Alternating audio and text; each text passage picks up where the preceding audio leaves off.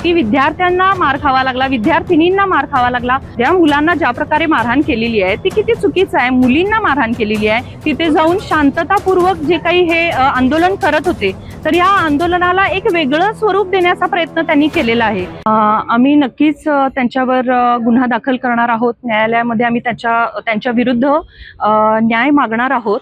जे काही वक्तव्य त्यांनी केलेलं आहे ते अत्यंत चुकीचं आहे। लोकशाही तंत्राने चालणारा आपला भारत देश आणि ह्या भारत देशामध्ये लोकशाहीने सगळ्यांना अधिकार दिलेला आहे की आपण आपले प्रश्न मांडू शकतो। तर अशा वेळेला जे विद्यार्थी तिथे जाऊन शांततापूर्वक जे काही हे आंदोलन करत होते तर या आंदोलनाला एक वेगळं स्वरूप देण्याचा प्रयत्न त्यांनी केलेला आहे।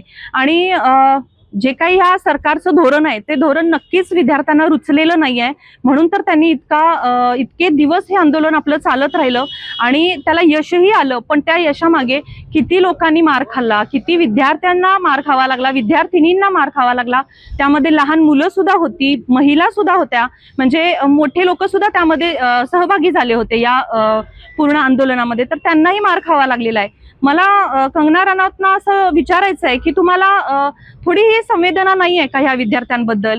मला तर सरकारलाच विचारायचं आहे की प्रत्येक जण राहुल गांधी तिथे का गेले, मोदींच्या घराच्या बाहेर जायला नको पाहिजे होतं असं त्यांचं मत होतं, ते तिथं का गेले ह्याच्यावर त्यांचा सगळा मीडिया आणि सगळे प्रश्न आणि सगळं सुरू आहे। पण त्यातल्या एकाने हा नाही विचार केला की त्या विद्यार्थ्यांना किती लागलं। ते लोक कुणीही ह्याच्यावर बोलत नाहीत की विद्यार्थ्यांना जी मारहाण झाली ती चुकीची आहे किंवा व्हायला नाही पाहिजे होतं। प्रत्येक जण पोलिसांनी किती मार खाल्ला, पोलिसांना किती लागलं आणि ह्यांना फंडिंग कुठून होतंय, ह्यांना जेवण इतकं कुठून येतंय, ह्या सगळ्या गोष्टींवरच त्यांचा सगळा फोकस होता। त्या मुलांना किती लागलं, त्यांना पकडून नेलं, मुलींना किती लागलं, किती वेगवेगळ्या चुकीच्या गोष्टी त्या ठिकाणी पोलिसांकडून घडलेल्या आहेत, याकडे कुणीही लक्ष दिलेलं नाही आहे। आणि आपल्याला महिला राज असल्याचं पाहायला मिळते, महिलांचे प्रश्न घेऊन अनेक महिला या राजकीय क्षेत्रामध्ये उतरल्याचं पाहायला मिळते। पण कंगना राणावत यांचं एका मुलीबद्दलचं असं वक्तव्य, याकडे कसं बघतो? नाही, आम्ही निषेधच करतो ह्या गोष्टीचा, कारण त्यांचं वक्तव्य तर असंही आहे की तुम्ही स्वावलंबी नाही आहे आणि तुम्ही बोलताय का बरं? असा अधिकार नाही आहे का? आपला हक्क किंवा आपलं जे काही मत आहे हे मांडण्याचा आपल्याला अधिकार नाही आहे? तुम्ही स्वतः कमवत असाल तरच तुम्ही बोलायचं आहे का? म्हणजे त्यांचं म्हणणं आहे आई वडिलांच्या जीवावर तुम्ही कशाला बोलताय आणि करताय। त्यांनी असंही म्हटलेलं आहे की ह्यांना कोण जन्म देतं आणि ह्यांना कोण पोसतं। हे किती चुकीची विधानं आहेत। ह्या मला नाही वाटत की ह्या पुढे जाऊन काय त्यांचाही फॅमिली वाढणार आहे किंवा काय, कारण तुम्ही बघतच आहात त्यांना काही संवेदना नाहीये मुलांच्या बाबतीत।